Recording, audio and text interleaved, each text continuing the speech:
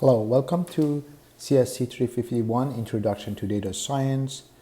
This is part 2 of data preprocessing and visualization. In part 1, we talked about how to read a file, how to deal with the missing value, and also we talked about the data frame and applying different method on a data frame object, and also how to deal with big files and how to read big files using split them to different chunks and read different chunk size. In this video, I'm going to talk about two other pre-processing methods. Namely, the first one is dealing with outliers, and also some features of pandas and data visualization method. So in general, data visualization is not part of pre-processing. Usually data visualization can be used in any part of data science pipeline algorithm. In particular, we use it at the end when we wanted to evaluate our model. But as I mentioned before, sometimes we need to take a look at our data to see how they look like, and if we have done some pre-processing, the pre-processing has done perfectly. So and also to gain some insight about these pre-processed data. So let's start by dealing with outliers. So what is an outlier? So basically we are collecting samples from a population, and we expect all these samples, they follow a distribution. Sometimes based on some systematic or non-systematic errors, we have wrong measurements, and therefore there are some samples that they don't belong to the population of interest. So how to identify them and how to deal with them? It's important to deal with outliers, because when you wanted to do prediction or you wanted to fit a model to your data, sometimes outliers they cause their model doesn't provide an accurate estimation, because the model try to use some parameters in order to include the outlier value, but this outlier value is not part of the model. So at the fourth stage of the pre-processing, we take a look at outlier and try to remove them. So in order to understand how to deal with an outlier and what is an outlier, we need to know about the quantile. So quantile of a distribution. So basically a quantile is where the samples are divided into equal probability or equal size. If you consider a probability distribution, let's say a Gaussian distribution, and if I wanted to find split it to, let's say, 3 parts, 4 parts, where the area under a curve for each part is equal to other one, these are called quantile. So usually if you wanted to split the probability distribution to 2 parts, such that the 2 parts they have the same probability, or then basically we choose this middle point, which is median. So we always know that the second quantile is basically the probability distribution is half, is called the second quantile or median. So always median, or call it second quantile. There are also similar terms when we are dealing with quantiles. We also have quartile, percentile, and deciles. The quartile is when we divide a distribution to 4 equal parts, then we call each part like a quartile. First quartile, second, third, and fourth quartile. Percentile, when we divide the distribution to 100 equal parts, then each part is a percentile. First, second, third, and 99 and 100 percentile. And if you divide the distribution to 10 equal parts, then they're called deciles, from decimal number, and we know the percentile is from 100. So pay attention when people use these terms. They have different meanings, but usually we use the term quantile. So how to find quantiles? So let's say you wanted to you're asked for a population, choose a value in this population where the 20% of value fall below that. So this is very common in many statistical analysis and analytical values, when you wanted to choose a point in the distribution where below that the population has some percentage. So let's clarify this by an example. Let's say we have some data, and then we wanted to find a value that the 20% of value other values fall below that. So basically we have a distribution, and we wanted to find this point such that the area under this curve for a continuous distribution is 0.2, right? But for discrete distribution, basically we don't have this continuous shape. We have bars, and then we want to find the value below which there are only 20% of data. So in here we have 40 samples, and then we take the following steps in order to find the 20% of quantiles. So first of all, we sort the data in ascending order, then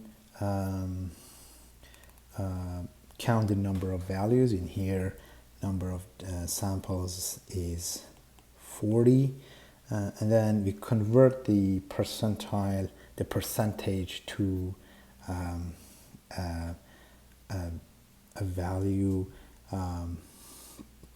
which is basically divide the percentage by 100, that would be 0.2, and then we plug in this formula.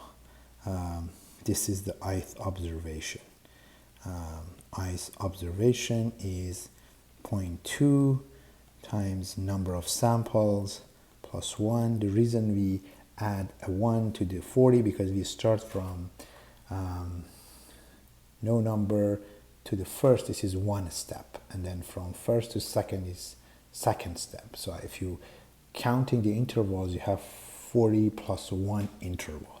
So if you do this, and then you get the number 0.82, and so this number this is basically the index of the observation. So because the index should be an integer number, we round down to 8. If this is 0.89, we round to up number, which is 8 or 9. So in here the index is 8, and then we look for the 8th number in our sorted list, or the number with the index 8. That number is 13.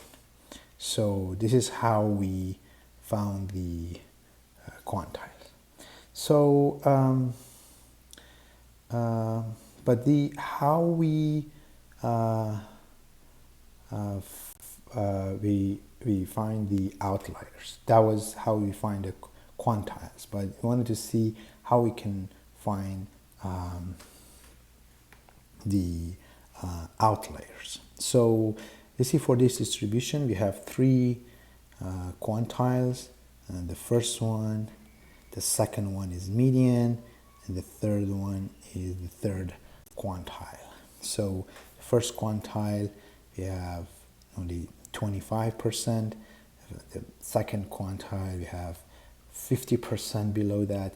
The third quantile, we have 75%. So the idea for finding outliers is as follows.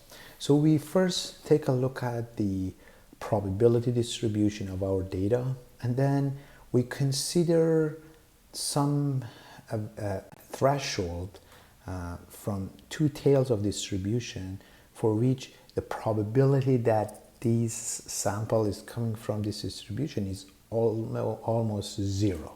And then we call that sample an outlier. So if you consider, let's say, again, a Gaussian distribution, so these data are high likely coming from this distribution, but how about the data at this point or data at this point? So these values, they're very unlikely drawn from this distribution, from this population. So the probability of this data, or the p for this data, is much smaller than 1. So, but we need to set a threshold and say, okay, any number below this threshold and any number above this threshold should be considered outlier. So there are some methods and some convention. So the method we are using uses the quantiles, the quartiles. So we consider we find the first quartile, and then we also find the third quartile, and then we identify an interval which is called the interquartile range. So interquartile range is basically the difference between Q3 and Q1 is called interquartile range. So then if you wanted to find the lower bound threshold for to exclude the low outliers, we follow this formula. So we have the first quartile, and then we find the interquartile range, and then multiply it by 1.5, and then subtract it from this value. So that gives you the threshold below which any sample considered to be an outlier. And also we have an upper bound, which is for high outliers. That upper bound computed as follows. So we consider the third quartile, and then we add a safe margin, and that safe margin is 1.5 times the interquartile range. So it should be mentioned in here, the number 1.5 is basically a convention. This is for excluding soft outlier. If you wanted to consider a little bit conservative, if you want to relax the constraint, usually we use number 3. So instead of multiplying the interquartile by 1.5, we multiply it by 3. So if you see somewhere else they use a different number, this number is completely up to you how you wanted to treat the outliers. So the higher the number, that means you relax the constraint for the distribution. So this is how we find the lower bound and upper bound, and then we consider data as an outlier and then exclude it from the distribution. So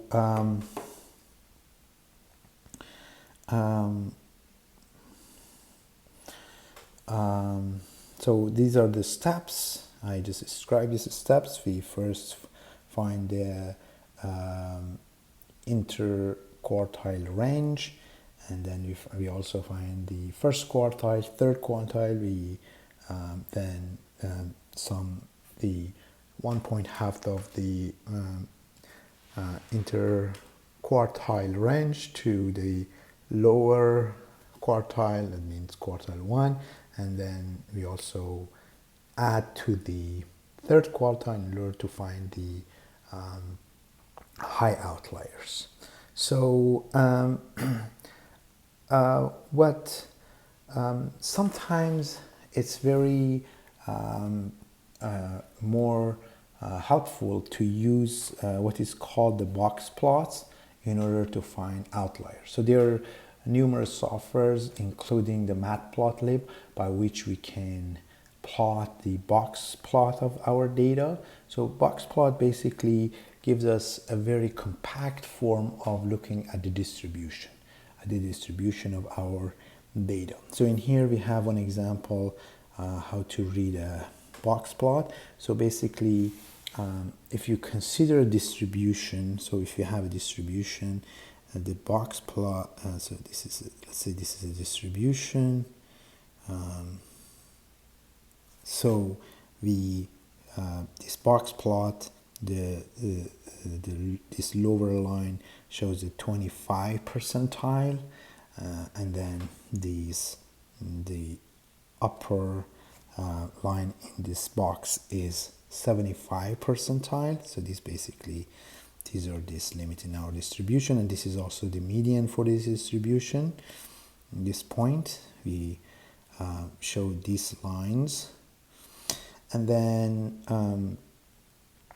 we consider the range that above or below which each sample is considered to be an outlier. So this is basically by multiplying by the 1.5 by interquartile and add it to this number. So this is the interval that which is safe, and then we can consider any sample which enter this interval considered to be within this from this distribution. Any sample beyond that consider the outlier. So the box plot automatically show all data and outliers. So it's very informative when you have some data, you try to use the box plot, and immediately that tells you how many outliers you have. So sometimes these outliers they called also whiskers, or they show it by a point. Sometimes in other software they show them by a cross. So, and also the box plot shows how the data are symmetric, they are distributed like a normal distribution. In here we see that because the median is not exactly in middle point of this box, the data are not very distributed normally. So if I wanted to show the box plot for this distribution, so basically the box plot looks like something like this. So we have data in here, and it goes all the way. This is the range of interquartile, so this is Q1, Q3, and then the median is close to this, the first quartile, because we have the mass of this distribution is toward left. And then in here we have a longer range for the high outliers, and we have a smaller range for lower outliers. If you have a sample in here, they're all outliers. So the software will plot this to you, and then you also get a sense about how, if this distribution is symmetric or not. This is very important because many of data we are studying, they are not necessarily distributed normally. They have other type of distribution. So, and then it's important how to treat the outliers in these distributions. So as you see, we give more interval for the high outliers rather than for the low outliers. So I will show you how to have these box plots later on in Matplotlib, and also this is one kind of visualization technique we use in order to gain some insight about how data are distributed and how many outliers you have. Another way, when you exclude the outliers using a function, then you can have another box plot to make sure there is no other outliers in data. Sometimes softwares are not, the method you apply, the function applied may not work, so using these box plots guarantee that there is no outlier. So as I said, this is another way of looking at outliers. This middle point is median, and then the third quartile and fourth quartile don't need to be necessarily symmetric because the distribution might not be symmetric. This is the interquartile range. So basically this one is equal to Q3 minus Q1, right? And then we have this maximum and minimum. So max is obtained by having Q3 plus, let's say, 1.5 times interquartile range, and the minimum obtained by Q1 minus, note that this is a minus, this is not a plus, minus 1.5 interquartile range, right? So we can also use 3 or any other number based on your application. So how we can detect and remove outliers using pandas. In pandas, we are using this function to find the quantiles. In order to find, so here we read a frame. So we are creating some random numbers into a data frame. We call it a step frame. We are generating some integer random numbers within the range of 120, and the number of random numbers is 20. So this is a data frame with 3 columns, and then in order to create some synthetic outliers, this line basically multiply any value above 150 by 10, so make it an outlier. So the data are drawn from the range of 100 and between 120, 200, 100 and 1 and 200, and then we say any value above 150 we multiplied by 10 in here, such that that value to be an outlier. So this is the results after we included the synthetic outliers into our data. So in order to remove the outliers, then basically these steps are including the lower and upper outliers. So sorry, this one is cut, but in Jupyter Notebook file you will have this part in here, because I made a PDF from this file. It's cut out of the slides. So here we also create a interquartile range, and also we can print out to see what is the Q1, and then in here you see that we can exclude the outliers from the data. A practice is sometimes we don't want to remove the data because that would be a NaN value, right? So then the practice is when we have an outlier when basically we assume that, okay, this is an outlier, probably something went wrong during the measurements, or therefore we can assume, okay, we can replace that one by a median or mean. So we replace the outlier by a median or mean. It might cause problem because this is an extreme case and we replace it by mean, but that may impact the sensitivity of your model. But at the end of the day, this is not a bad practice.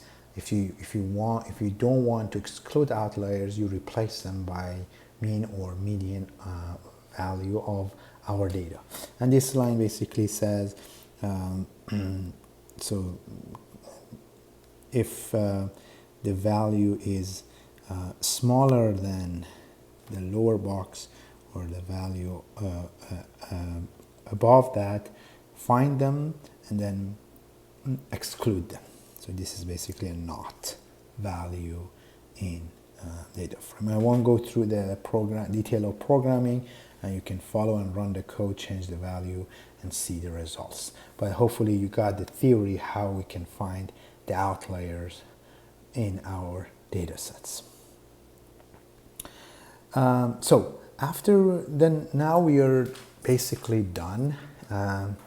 So we read our data into a data frame, and then we are now in a good position to play with this data frame, because this data frame is an object, and it comes with lots of methods and building function. We can apply these functions to do many things. One of the function was to dealing with missing value, and then also we can find the quantize the first and third quantile. In one line of code we can exclude the outliers. So now the data are now in good shape. We may also want to normalize our data. So normalization basically means, as you have done through homeworks and also you had in your midterm, we usually subtract the mean from each column, and then we also sometimes divide it by the standard deviation of data. So basically, if we assume the data are normally distributed, and then we make data with zero mean and you need variance. So as I said, the reason I didn't mention specifically the normalization in this slide, because normalization is sometimes we don't use. It depends all on applications. We should apply normalization or not.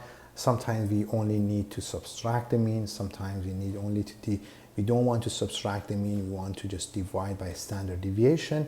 It all depends on the application, and then what is the next processing, or which statistical technique analysis we wanted to apply. So to summarize, data pre-processing or data wrangling is reading the data into a data frame where now we have a good knowledge of the rows and columns. It's recommended to have data in a way that the rows represent samples and columns features, and then we treat the missing value, and then we find the outliers and exclude them or replace them by mean. And then next step is we also do some visualization. As I said, data visualization is not part of the pre-processing in a standard pipeline of a data science problem, but I just added data science here as a subpart, the data visualization as a subpart into data pre-processing, but we use this visualization anywhere when we are dealing with a data science problem. So data visualization, as you all know, is a graphical technique by which we try to find some insight about our data. So is a graphical representation of information. So these graphical or visual techniques are known techniques like chart, graphs, maps, pies, networks that help us to better understand the data and also to gain some insight what is the best technique to apply to this data. And also we use the visualization method in order to evaluate our model, compare our model to other models. Whenever you wanted to use, this figure in here shows a visual representation of different visualization method. I'm sure you're familiar with many of them. We have the bar plots, or in here we have stack bar plots. We have different way of graphs. We have bubble plots, map plots. We have Venn diagrams. We have violin diagrams, and we have pie, different way of represent data into a pie chart. We have graphs. But here I only focus on those visualization techniques that we are frequently used throughout this course. But before that, when you're when you want to use a visualization method, is what do you like? What do you want to show? Do you want to show a relation? Do you want to do a comparison? Do you want to do a composition of two different things, or do you want to show the distribution of the data? So depending on these, what you wanted to answer, you can use different visualization methods. So the popular example of the visualization techniques are lines, bar charts, histogram, scatter plots, networks, heat maps, Venn diagram, pie chart, time series, dendrogram, ring chart, box plot, Gantt chart, word cloud, bubble cloud, radar, or spider chart, and violin. So bar chart is this one is a bar chart. And here for that histogram, as you see that this is a histogram in here. For scatter plots, we already have used scatter plots. This is one type of scatter plots we have in here. We also have networks. We can have a graph. Here I don't see any network. We also have heat maps. I don't have any heat map. Heat map basically is an image of our two-dimensional data. If you consider our data frame as 2D data, you can present it in an image where each cell represents one pixel, and intensity of that pixel represented by the value of that cell, which is corresponding to a row and column. You will have an example in your homework where you are dealing with heat maps. Other type of network heat map, Venn diagrams.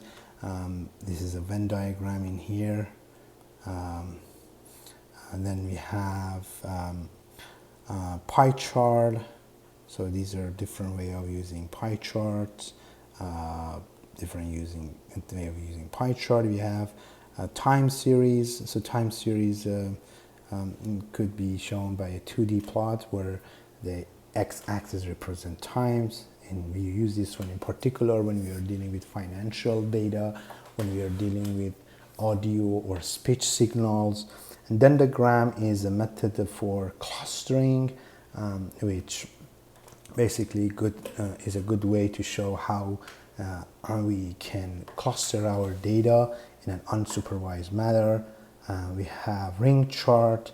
We have box plot, which we discussed. Gantt chart is a very good method, which has lots of application for management. Word cloud, bubble cloud, radar, spider. These are the radar spider graphs, and then violin plots, which is similar to box plots, but they give us also more statistical information using this visualization technique. As I said, we won't go use all of these techniques, but in here I mentioned those that we are using frequently. So this is another flow chart of what kind of techniques we can use. This flow chart is not necessarily a must. We may use different visualization for different purposes. It's all up to you, but if you want to get a general sense, so we wanted to show the relation, comparison, composition, distribution. For instance, if you wanted to use a distribution, you can use histogram, you can use a line to show the distribution, you can use a scatter plot, or you can use a 3D, let's say if you wanted to use a two-dimensional Gaussian, you can use a 3D. If you want to show the relationship, you can use a scatter plot, you can use the bubble chart, you can also use the bar plots. If you want to do comparison, then mainly we use the bar charts. There are different methods of bar charts. You can put them horizontally, vertically. You can have a stack bar chart where each stack represents one group. You can use the spider charts, and if you have a continuous data, you have a time series, you can use the line to show the relationship between these data. This is all a matter of practice and need which technique we need to use. So as you deal with more data, you use different visualization technique.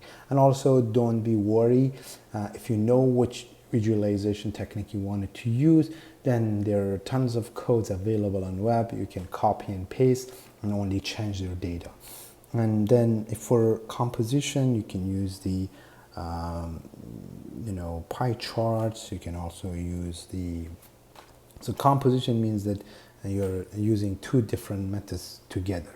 For instance, in this example, I have bar charts and I also have lines, where this line probably used for showing the median or mean of data. So this is the different 4 questions you need to ask. What kind of visualization method we can use. About the Python libraries, there are different libraries by which you can use for visualization purpose. The most famous one is Matplotlib. There are many others, but all of them are built on top of Matplotlib. They are now more advanced. They also makes a task more easier, and also some of them are interactive, and then you don't need to do a lot of tweaking the parameters or values. You just feed the data that will automatically plot for you. So Matplotlib, as I said, is mostly all of the essential visualization methods you can do using Matplotlib. But there's also, we have Seaborn, we have ggplot, we have Bokeh, we have Plotlib, we have Pygol, we have GeoPlotlib, Missing No, we have Ladder library, each of which is designed for one particular purpose. I'm sorry, but it depends on your application and on your interest, how you want to be more fancy about the visualization. For instance, Missing No is a library which created to deal with the missing value in your data, how to handle them, how to show them. So instead of writing code to show this missing node that detect the missing value and show them on a nice graph.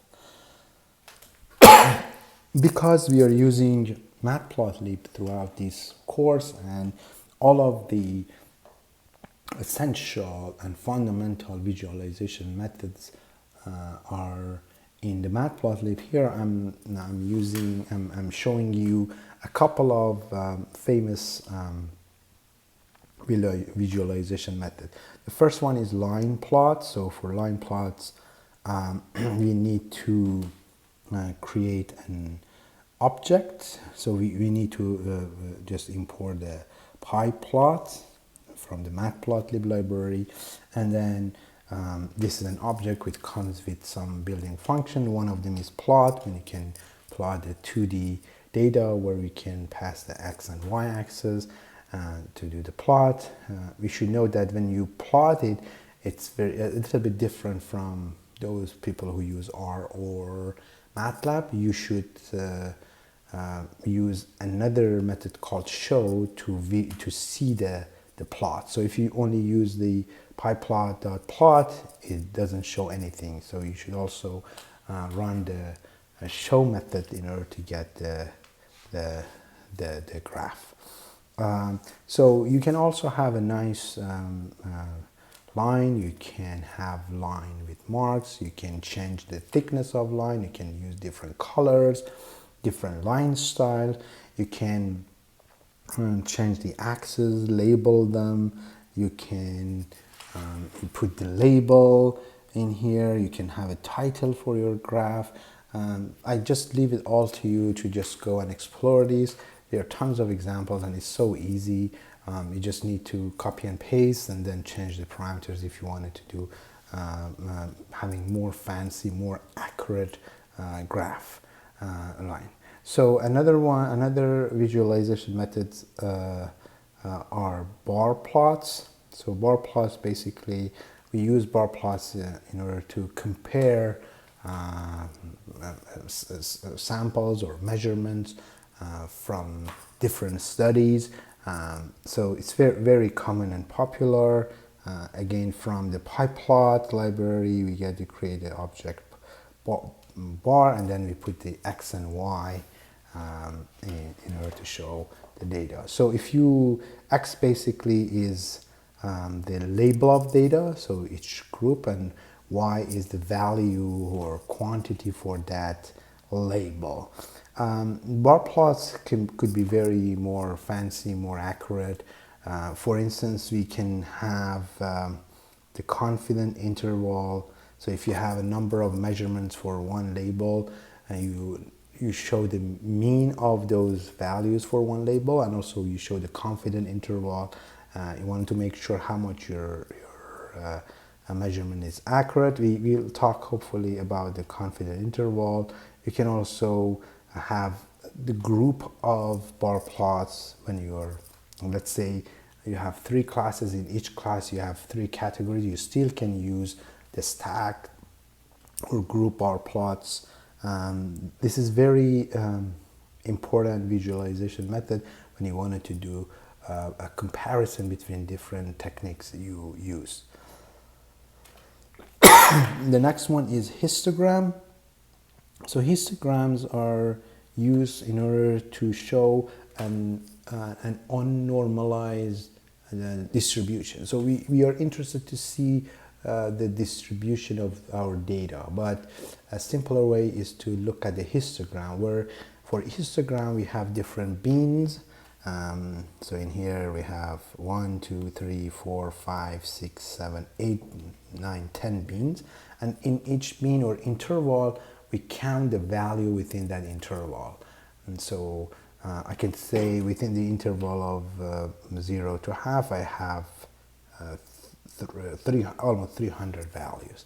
So histograms are unnormalized, not smooth version of probability distributions. So one important thing about the histogram is how to determine the beans. So in here, if you want to have a coarse representation of the histogram, you can set leave the number of beans to the software to decide, but you can also set the number of beans as another input parameters to 100. So basically it will bean the interval to 100 and show the counts for each interval. So more bean you have, more interval you have, more accurate representation you have. So it's good when you are plotting in histogram, pay attention to beans, and sometimes a very not enough beans doesn't show the true distribution of our data. So the function is still from the pyplot, and this is called hist. We have also box plots. So we talked about what are box plots, and they basically give you a compact representation of a probability distribution, the interquartile range, and the outliers.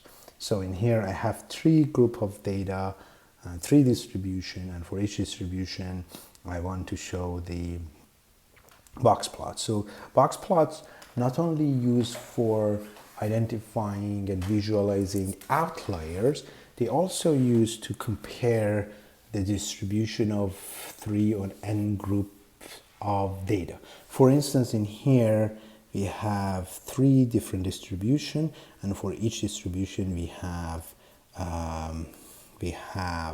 box plots. So I can say a lot about this box plot. For instance, let's say these are some measurements obtained from 3 different labs about the results of impact of a drug target on a cancer tissue. So, and then each lab has done, let's say, 50 experiments. So what I can say for the first lab is the result of first lab. The results are very consistent because, as you see, the distribution is very sharp, and then they are all concentrated around the median. They are not that much outlier, and so the distribution for this one looks like something very sharp distribution. For this one, I know it's not as good as the first one, but you see that for the third case, the results are not very consistent. We have a more flat distribution for this data. That means the experimenters in the third lab, their results are not consistent. It could be from the personal or from the samples they are dealing with, or so we can rule out the reason. And also we see the more outliers in here, less outliers in there. And also we can compare which labs gives the better result by comparing the median. So the median here looks like all of them are the same. So that's good. That means the results are consistent, and our finding is significant. So we can still talk more about this plot, but we will talk when we have an application. Scatter plots, you have used the scatter plots. That scatter plots also used to show the relationship between 2 groups of data, and also sometimes they're very frequently used when you're trying to fit a regression line to our data. So they show how these data are related. They're linear, they're non-linear. So if you have 2 features or attributes from a data set and you wanted to see how they are related, you use a scatter plot. In here, I can say the data. So if I have this scatter plot, I can say the data are linearly dependent on each other. There's a linear relationship. It looks like this. So if I have the slope of this line, and then I can find the equation line and then do some prediction, and the data are distributed evenly in around this line. That's good. Do I have an outlier? I don't see any outlier in this data. If I have a sample in here, probably these are outliers because they don't follow this trend. So as I said, for to see if data are correlated or not, or what's the relationship between this data and regression model, we use scatter plots. So these are four types of plots we are frequently use in our course and for most of the experiments and evaluation. These plots are enough. However, as I said, we also use for costing like dendrogram. For heat maps, they are used to show a 2D visualization effect of our data, and in particular for some image and medical application, genomic application, we use heat maps. So this list is not complete, but for your particular application, you can find your proper visualization method and then show your data using that. The last point I wanted to mention here, not very related to our topic, is if you have some data in MATLAB, you know that we save the file in MATLAB using the extension called mat. If you want to load the mat file into Python as a data frame, we use from SciPy library, we use load map. So this is like a tip for this lecture, that if you wanted to read mat files, you can easily read them into Python, and then we can treat them like a data frame and then do all this processing. So the function we use is load map. So this is a brief introduction to visualization methods. There are much more, but this graph basically gives you a rather good collection of visualization method we use for data science problems. So this is the end of the part 2. So that will conclude the lectures for pre-processing data. So you should know how to read a file, you should know how to deal with the missing value, you should know how to identify outliers, and then you should know how to use a proper visualization method, either for the pre-processing to gain some more insight about your data. The choice of the visualization method highly depends on application. So from now on, we are dealing a lot with our data. I will upload more files on Blackboard, so you need to read these files and do the pre-processing, and later on we are going to do more statistical analysis and prediction and comparison. But before that, you need to pre-process data, clean them, and make from a messy data some sort of structure and clean data. Okay, so the next video will deal now with these more machine learning techniques in data science.